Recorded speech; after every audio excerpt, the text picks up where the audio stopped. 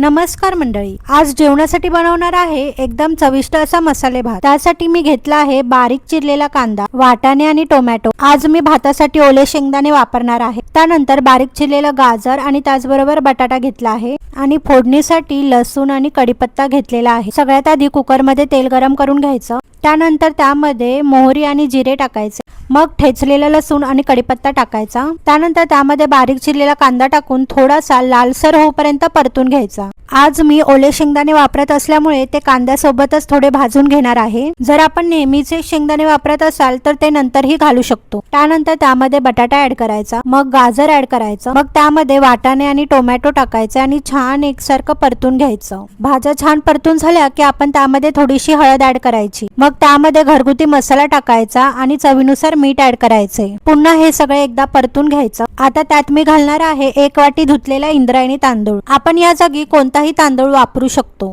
आता त्यामध्ये थोडे गरजेनुसार पाणी ऍड करायचे आणि पाण्याला एक उकळी येऊन द्यायची। उकळी आल्यानंतर थोडी कोथिंबीर घालायची आणि कुकरचं झाकण लावून 2 ते 3 शिट्ट्या होऊ द्यायच्या आणि तयार झाला आपला गरमागरम खमंग मसाले भात। तर मंडळी, व्हिडिओ आवडला असेल तर लाईक करा आणि शेअर करा। पुन्हा भेटूया पुढच्या ब्लॉग मध्ये। तोपर्यंत बाय बाय।